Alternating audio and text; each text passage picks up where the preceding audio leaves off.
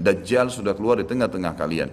Maka teriakan ini membuat pasukan muslimin, mereka tahu benar pada saat itu hadis Nabi SAW yang berbunyi, diriwayatkan Imam Bukhari Muslim, kalau kalian dengarkan Dajjal keluar di satu lokasi, maka selamatkanlah diri kalian walaupun ke gunung-gunung, gitu kan. Janganlah seseorang dari kalian berkata imannya kuat lalu dia sengaja menemui Dajjal, akhirnya dia menjadi pengikutnya. Jadi para mujahidin tahu masalah itu. Mereka bukan tidak berani, tapi mereka mengikuti sabda Nabi SAW. Maka mereka pun akhirnya pada klub pulang masing-masing. Kata Nabi SAW, mereka pun bubar ke wilayah masing-masing. Pada saat mereka tiba di wilayahnya, ternyata Dajjal tidak ada. Itu berita dusta. Dan pada saat itulah Dajjal keluar. Pada saat itulah Dajjal keluar. Dan Dajjal adalah tanda-tanda kiamat besar yang pertama. Tanda-tanda kiamat besar yang pertama. Jadi ini akan terjadi. Ini sekaligus saya menitik beratkan, ya, tidak bolehnya sembarangan orang ngomong. Sekarang soalnya ada beberapa orang, semoga Allah berikan hidayah, menentukan tahun, ya, akan terjadi kiamat. Bagaimana caranya menentukan tahun nih? Ini tanda-tanda depan mata kita masih ada yang belum terjadi. Dan ini peperangan besar seluruh dunia, ini nggak main-main, ini bukan perang 1-2 hari. Ini peperangan yang besar sekali, gitu kan? Jadi Allahu alam kita masih menemukan atau tidak, tapi yang jelas menurut tanda-tanda sekarang kita masih ada di fase-fase tanda-tanda kiamat kecil yang sedang terjadi, tapi kita menyampaikannya, gitu kan? Yang jelas ini sesuatu yang masih Allahu alam berapa lama, tapi dari hitungan tahun tidak mungkin 20-30 tahun. Bukankah banyak orang menebak-nebak tahun 2000 sekian akan kiamat, 2000 sekian akan kiamat? Ini semua dari mana? Kita punya kiai dan guru kita Nabi Muhammad SAW menyampaikan kepada kita tanda-tandanya ada sebelum terjadi kiamat. Tanda-tanda itu tidak akan terjadi kiamat. Kemudian kita akan masuk menjelaskan teman-teman sekalian tanda-tanda kiamat besar. Ada 11 yang disepakati tanda-tanda kiamat besar, sebagaimana disebutkan di dalam hadis riwayat Imam Muslim. Yang pertama adalah keluarnya Dajjal. Dan Dajjal ini diambil dari kata-kata Dajjala yang berarti kekacauan. Dan ini digunakan untuk nama seseorang yang memang akan dikeluarkan oleh Allah Azza wa Jal sebagai fitnah bagi kaum muslimin. Makanya kita dalam tahiyat membaca wa'udzubika min fitnatil masiihid dajjal, dan jauhkanlah kami dari fitnahnya Masih Dajjal. Nanti akan saya paparkan panjang lebar. Yang kedua adalah sementara Dajjal membuat kerusakan di muka bumi, maka akan keluar Mahdi, yang kata Nabi SAW akan keluar seseorang yang sama namaku, Muhammad bin Abdullah, akan sama paras wajah dan poster tubuhku, sama persis dengan Nabi SAW, alisnya, matanya, kulitnya, dan dari keturunanku, dari kota Madinah. Jadi kan sebagian ulama hadis mengatakan ini kemungkinan dari turunan Hasan radhiyallahu anhu, karena memang sekarang yang banyak di Madinah itu turunan Hasan radhiyallahu anhu. Maka dia akan keluar dan Allah mengubahnya dalam sehari semalam. Kemudian dia keluar dari Madinah ke Mekah lalu dibayat dengan 300 orang, lalu kemudian mereka membentuk pasukan untuk mengejar Dajjal. Kemudian yang ketiga, pada saat itu nanti akan saya jelaskan panjang ini garis umumnya dulu. Yang ketiga akan turun Nabi Isa alaihissalam.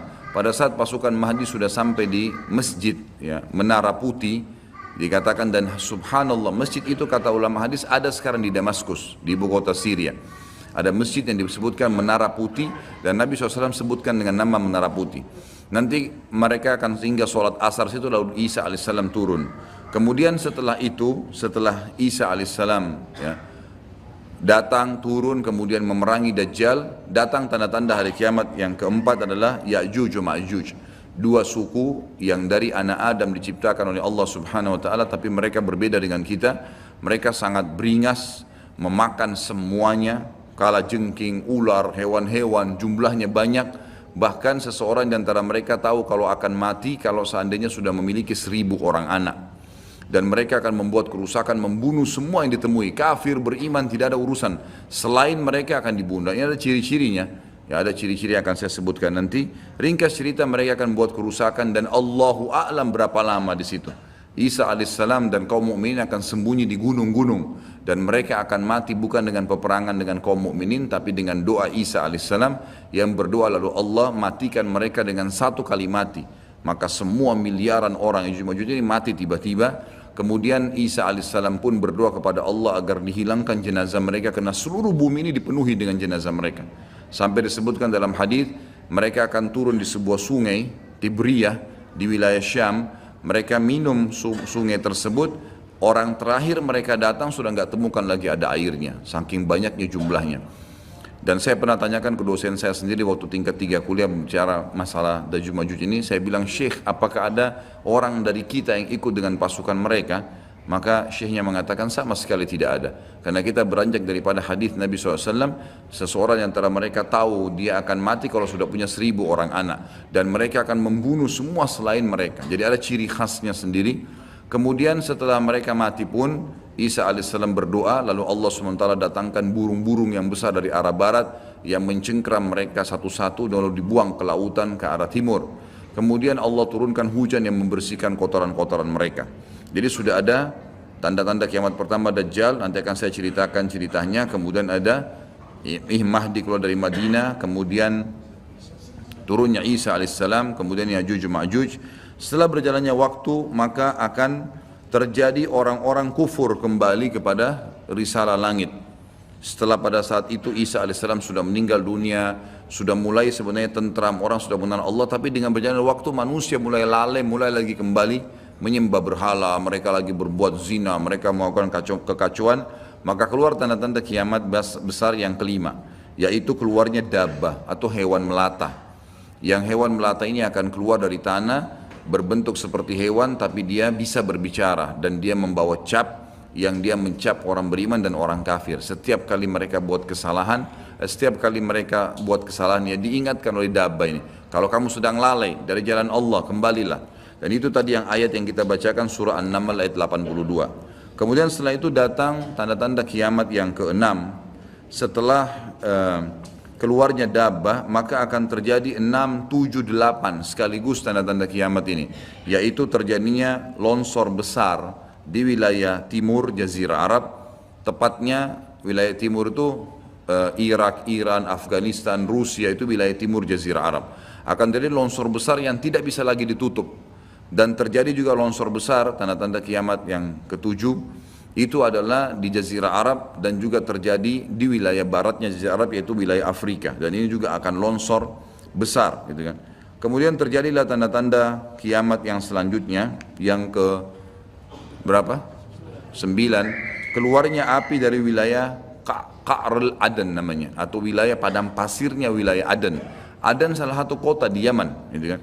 Dan sekarang ini sudah ada diangkat di YouTube, dicuplikan, dan saya pernah lihat sebagian padang pasir wilayah Aden ini yang disebutkan dengan Qa'rul Aden itu memang tidak ada orang yang tinggal situ karena panasnya gitu kan. Dan ada wilayah padang pasir yang sempat terbelah dan mereka melihat dan diteliti secara ilmiah di bawah itu ada api yang sangat besar.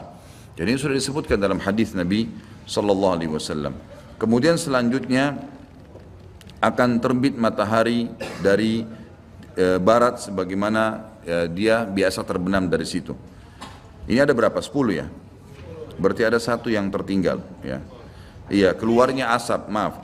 Jadi sebelum terjadinya longsor 6, 7, 8 tadi, yang keenamnya itu adalah kelihatannya kabut. Di seluruh muka bumi ini akan terjadi kabut yang menutupi bumi ini, dan semua dunia ini akan melihat kabut itu dalam beberapa waktu. Inilah 11 tanda-tanda kiamat besar. Baik, kita akan rincikan dengan izin Allah satu persatu.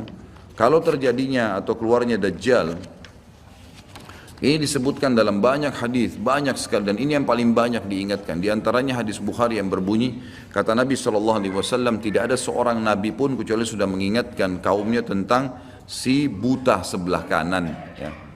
Jadi memang dia cirinya buta sebelah kanan. Dajjal memiliki ciri khas, rambutnya keriting, kemudian kulitnya mendekati hitam, ya. Jadi sawo matang, badannya kekar, kemudian dahinya lebar, ya.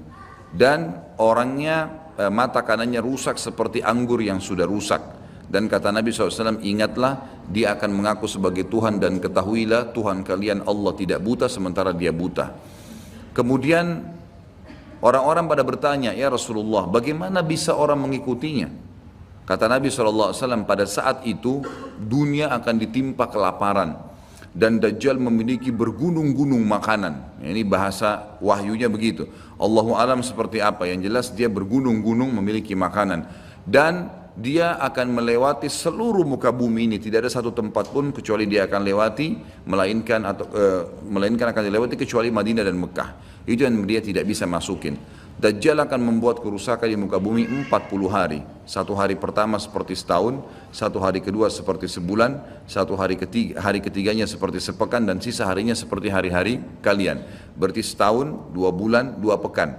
Dan ini kemungkinan kata sebagian ulama, dia akan menggunakan teknologi yang ada sekarang. Karena Nabi SAW mengatakan, akan keluar Dajjal dari wilayah Yahudiyah di Khurasan. Wilayah Yahudiyah ini subhanallah, sekarang di Iran ada satu perkampungan namanya Yahudiyah. Diberikan nama itu. Dan mayoritas penduduknya orang Yahudi. Kata Nabi SAW, Dajjal akan keluar dari wilayah Yahudiyah di Khurasan. Khurasan itu Iran. Gitu kan? Dan sekarang ini sudah ada, semua ini ada. Tidak mungkin salah sabda Nabi SAW. Dikatakan akan keluar dan diikuti dengan 70.000 orang Yahudi. Dan sebagian ulama hadis mengatakan pada saat itu teknologi sangat canggih seperti sekarang, lebih canggih lagi, gitu kan? Sehingga Dajjal mengelilingi muka bumi ini dengan 1 tahun, 2 bulan, 2 pekan itu sudah kelilingi seluruh dunia.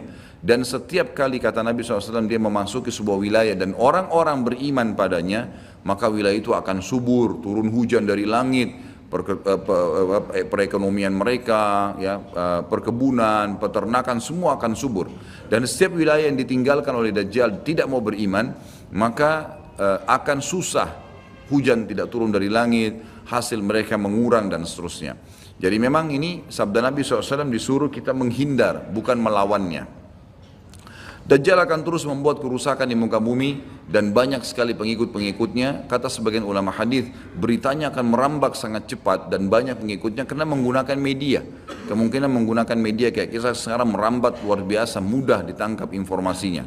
Dajjal akan dikenal oleh orang-orang, Jadi orang-orang akan banyak yang tidak beriman sama Allah, yang munafik, semuanya ikut. Termasuk ada yang mengaku Islam tapi munafikin menjadi pengikutnya Dajjal.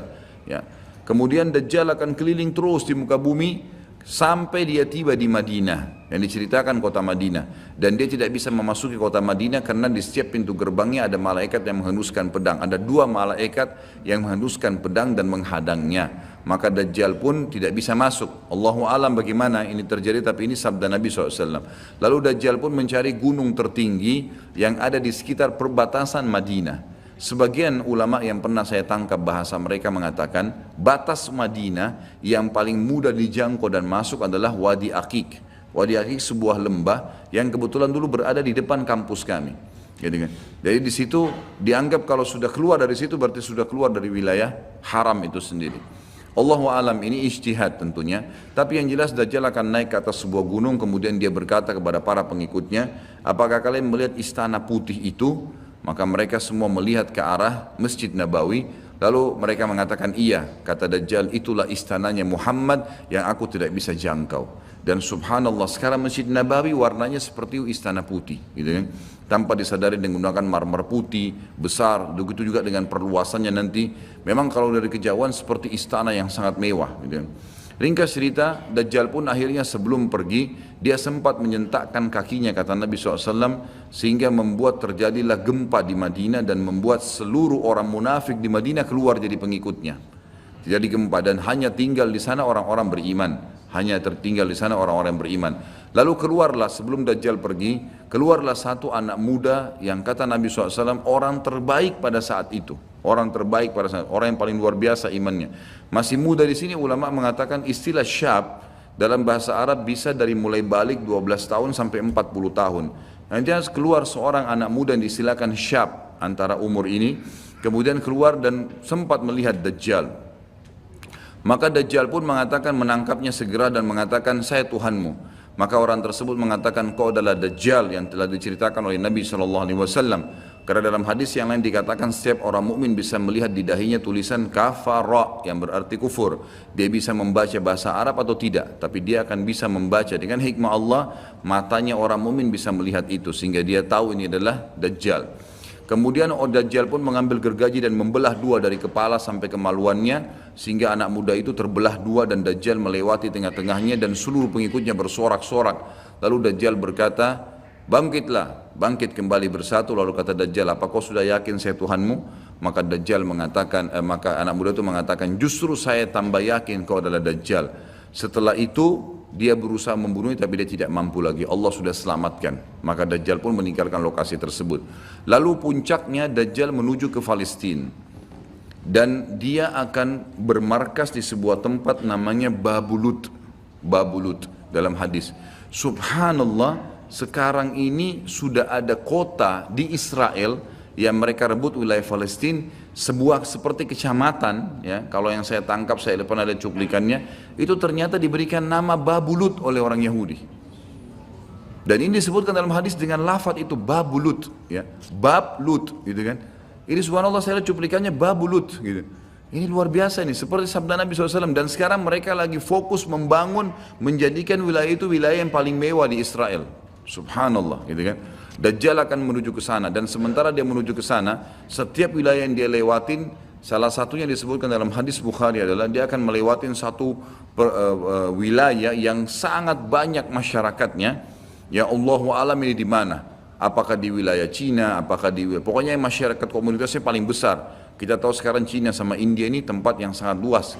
Banyak masyarakatnya, dia akan melewati wilayah yang banyak masyarakatnya, lalu kemudian dia berkata kepada pemimpinnya, Allahu alam, ini presiden kah, raja kah, kepala suku kah, dia akan berkata bahwasanya saya Tuhanmu. Maka orang itu mengatakan, apa buktinya kau Tuhan saya? Dia bilang, bagaimana kalau saya hidupkan kedua orang tuamu? Apa kau akan percaya saya Tuhanmu? Maka orang itu berkata, tentu saja. Ada Dajjal, tunjukkan kuburannya, ditunjuk kuburannya, lalu Dajjal mengatakan, keluarlah. Maka keluarlah orang tuanya dan berkata ibu ayahnya, ikutlah pada orang ini, ikutlah pada ini karena dia adalah Tuhanmu. Maka akhirnya kepala suku atau kepala negara itu pun menyatakan ikut dan seluruh masyarakatnya ikut. Jadi luar biasa, miliaran orang jadi pengikut Dajjal pada saat itu. Maka Nabi SAW sudah membongkar buat kita itu. Berkata apa? Itulah dua syaitan yang menjelma untuk menipu manusia, dan itu puncak terakhir sekali sebelum Dajjal menuju ke Israel. Lalu kemudian dia menuju ke Palestina, tapi disebutkan Israel, dikatakan Palestina dalam hadis. Lalu menuju ke sebuah wilayah yang namanya Babulut tadi.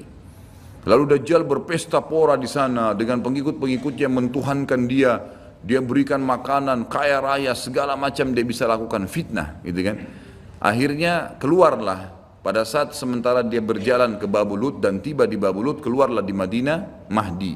Dan Mahdi ini adalah keturunan Nabi SAW tadi saya bilang, keluar dari Madinah, kemudian Allah memperbaiki dia dalam sehari semalam. Kata sebagian ulama hadis, Allah berikan petunjuk sehingga dia menjadi baik langsung, gitu kan. Tadinya dia faham agama tapi belum diaplikasikan, sekarang dia langsung Allah SWT ubah menjadi orang yang saleh dalam sehari semalam. Lalu kemudian dia jalan, ada banyak riwayat yang menyebutkan ciri-cirinya. Di telapak tangannya ada seperti bekas, ya, tanda lahir. Tapi yang jelas yang paling mendasar mirip dengan Nabi SAW, alisnya seperti busur panah, kulitnya putih, orangnya tinggi besar, kekar, gitu kan. Dan tadi turunan Nabi SAW namanya Muhammad bin Abdullah. Maka dia pun akhirnya didatangi oleh orang-orang yang pada saat itu sudah tahu tentang keluarnya Dajjal, sudah informasi menyebar. Maka mereka juga sudah tahu ada orang yang akan membentuk pasukan dari Madinah namanya Muhammad bin Abdullah. Lalu mereka carilah keturunan Nabi SAW itu, lalu ditemukan. Lalu mereka mengatakan, engkau lah yang telah ditunjuk oleh Nabi SAW. Maka keluarlah memimpin kami untuk memerangi Dajjal. Dia pun awalnya menolak sampai dia pergi ke Mekah, kata Nabi SAW, lalu diikuti oleh 300 orang masyarakat membaiatnya, lalu terbentuklah pasukan muslimin yang tidak tahu Allahu alam berapa jumlahnya pada saat itu. Lalu mereka menuju ke Palestina, melewati negeri Palestina, melewati negeri Syria, dan akhirnya mampir di Masjid Darul Baidha tadi, menara putih yang tujuannya untuk mengerjakan sholat asar. Dan pada saat itu terjadilah tanda-tanda kiamat besar ketiga. Isa alaihissalam akan turun. Kata Nabi SAW, Isa alaihissalam akan turun, rambutnya basah, meneteskan air dan memegang dua sayapnya malaikat. Sebagian ulama hadis mengatakan pada saat itu kaum mukminin akan melihat malaikat yang membawa Isa alaihissalam. Kemudian dia turun dan dia masuk. Kemudian kata Nabi SAW, Mahdi adalah satu-satunya orang, ya, salah satu orang yang Nabi sholat jadi makmum di belakangnya. Karena waktu turun Nabi Isa, orang sudah tahu semua ini akan turun, lagi berkumpul gini mau sholat, pas mau iqamah sholat Isa alaihissalam turun. Dan orang-orang sudah mengatakan Isa sudah datang. Jadi informasi pasti, bukan lagi yang diragukan. Bukan masih nebak ini Isa atau bukan, mereka sudah tahu. Turunnya kelihatan dan mereka masuklah. Lalu kemudian Mahdi mengatakan silakan memimpin, hai Nabiullah. Kata Nabi Allah, imam dari diri kalian, dari kalian sendiri, dari kaum muslimin. Maka akhirnya dia pun menjadi imam. Kemudian terbentuklah pasukan tersebut, tiba di Babulut. Saya tutup dengan kisah Babulut ini. Pada saat tiba di Babulut, ya, tiba di Palestina, maka Dajjal tidak tahu yang datang ini siapa. Disebarkan berita oleh pengikutnya mengatakan, hai Dajjal, sudah datang pasukan yang ingin memerangi kita. Lalu Dajjal mengatakan, siapa yang berani mengalahkan saya? Siapa yang bisa? Bukakan pintu gerbang, kita tantang. Dia nggak tahu kalau Isa alaihissalam yang datang. Kemudian pada saat dibukakan, Dajjal dengan sombongnya, dia tahu dia tidak mati, gitu kan? Punya kekuatan super yang luar biasa. Begitu dibuka pintu gerbang, dia sengaja nunggu di pintu gerbang untuk menunjukkan, mendemonstrasikan kemampuannya di depan para pengikutnya. Ternyata waktu dibuka pintu gerbang, Isa alaihissalam di depan pasukan muslimin. Dan akhirnya begitu melihat Isa, dia coba melarikan diri dan badannya meleleh seperti melelehnya lilin, gitu kan? Jalan terus meleleh sampai akhirnya Isa alaihissalam mengejarnya sambil mengatakan, wahai musuh Allah, sudah saatnya kau mati. Diletakkan di tanah, ditekan oleh Isa alaihissalam, lalu kemudian ditombak di antara dua matanya dengan tombak emas, yang akhirnya membuat Dajjal mati. Pada saat itu pun Yahudi mengetahui masalah itu, sehingga mereka menyebar. Ya, mereka menyebar dan Isa alaihissalam sudah tahu instruksi dari Allah untuk membunuh semua pengikut Dajjal. Maka semua pun pengikut Dajjal dari Yahudi ini menyebar di bawah pohon, di atas batu, dan semuanya akan berbicara mengatakan, hai muslim, ini Yahudi, bunuhlah dia. Maka semuanya pun dibunuh oleh kaum muslimin kecuali satu pohon, pohon garkat. Pohon garkat ini pohon yang punya duri dan buahnya pahit. Dulu di kuburan Baqi cukup banyak, ya. Sekarang subhanallah di Israel paling banyak ditanam pohon garkat karena mereka tahu bahwasanya itu tidak akan berbicara untuk menunjukkan siapa mereka. Jadi kebodohan orang Yahudi tahu kebenaran ini tapi mereka tidak beriman. Makanya wajar Ibnu Abbas berkata dalam nama ghairil maghdubi alaihim, bukan orang yang dirmukai adalah orang-orang Yahudi karena kebodohannya. Maka pada saat itu pun dibunuhlah semuanya. Dan termasuk kata ulama hadis sebenarnya yang sembunyi di sekitar pohon garkat. Garkat ini tidak bicara, hai muslim ini Yahudi. Tapi orang Islam pada saat itu kata ulama hadis mengetahui kalau ini pohon garkat. Mengetahui kalau ini pohon garkat. Jadi memang sudah punya gambaran. Sehingga walaupun sembunyi di pohon garkat tetap akan dibunuh oleh kaum muslimin. Karena orang-orang Yahudi tidak mengikrarkan syahadat. Mereka walaupun sudah tahu kebenaran, mereka memang tidak mau syahadat. Makanya Nabi SAW mengatakan, jangankan Isa AS, Nabi Muhammad SAW saja di zamannya, kata beliau kalau ada 12 orang dari Yahudi yang mengucapkan syahadat, beriman pada saya, maka seluruh Yahudi akan beriman. Saking sulitnya, 12 orang saya sudah cukup. Tapi pada saat itu pun sama, walaupun dibunuh mereka tidak mau beriman kepada Allah SWT. Ini juga terjadi pada saat terjadi pembunuhan suku Quraidah. Jadi pada saat itu Nabi SAW mengepung mereka, diberikan kesempatan untuk taubat. Mereka tidak mau, akhirnya mereka menganggap kalau dibunuh oleh Nabi SAW, dibunuh oleh kaum muslimin, mereka akan menuju ke surga, gitu kan. Jadi mereka pasrah dengan dibunuh, mereka anggap itu akan menuju ke surga. Dan ini kebodohan, ya, ini kebodohan. Maka pada saat itu selesailah urusan orang-orang Yahudi ini, dan Isa alaihissalam akan memimpin di muka bumi selama, ada riwayat mengatakan 7 tahun, ada yang mengatakan 40 tahun. Membuat keadilan, dan Isa akan membunuh semua babi, menghancurkan semua salib, dan tidak ada rumah satupun kata Nabi SAW di muka bumi kecuali akan masuk ke dalam Islam, baik dalam keadaan mulia ataupun menolak, terhina. Jadi sudah tidak ada, seluruh muka bumi ini akan jadi Islam pada saat itu.